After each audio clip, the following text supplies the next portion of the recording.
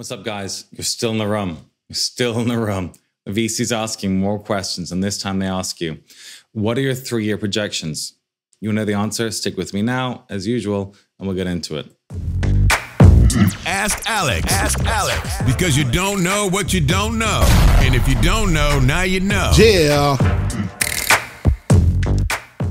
So what do they mean? You need to have a model and forecast for between 3 and 5 years. Any other random number like 4 or 6 is just weird, by the way. So whilst you will model this on a monthly basis, you need to discuss them on a yearly aggregate basis. The investor fundamentally wants to know how big you think this business is going to get in a reasonable time frame. 3 years may seem like a long time to forecast in a business model plan, but time goes by really faster than you think. Now, it may go fast, but I personally don't think a 5-year projections for an early stage company make sense. Why? Because you overestimate the results in the short term and you underestimate the long-term opportunity. The numbers in a 5-year model can look pretty bonkers due to the power of compounding, but that's kind of why you end up being a big company. But why make things look weird, right? If you pick numbers that are too small, then this is not an investable business by venture capital companies anyway, okay? If you pick numbers that are too large, then your expectations are not realistic and you lose credibility. So you need to be in between.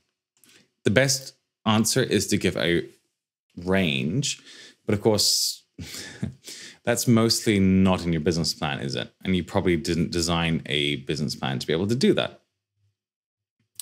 In year 3, you're gonna look at it and you'll be like, there's a number in the cell. And then what you can basically do is give, commentary to those numbers. So what you have to do is you have to control the narrative, engage the investor in a discussion around a theoretical debate and show how much you know and that you're not even just a robot or you've done some basic analysis, but you can almost do the model in your head, okay? Funding abhors a vacuum, so whatever you do, just don't be quiet. You just be methodical and approachful with the information that you're communicating. You will start sharing your top line numbers. These are likely your number of customers, then maybe your revenue. You have some various costs, and then your losses or maybe hopefully profits. You can talk about a few select key metrics afterwards. I always think like CAC LTV, etc. makes sense. Maybe ARPUs or what depends on your model. You'll know what they are if you actually know your numbers. You're fucked if you don't know anyway. So we'll just get into it now. What do you want to say? Under our base case in year 3, we'll have a 55 million GMV. At a 30% gross margin, we'll be doing 20 million gross. OpEx will be around 25 million. So 25, we'll be losing 5 million. Depending on how things go, I think our top line could be 40% higher. In the worst case, we plan for 20% lower.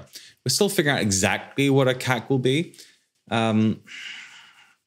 It's such a crucial determinant of costs and the ability to grow our top line. It's kind of hard. So we've done some modeling around it. We're not exactly sure, but we have done some sensitivity analysis.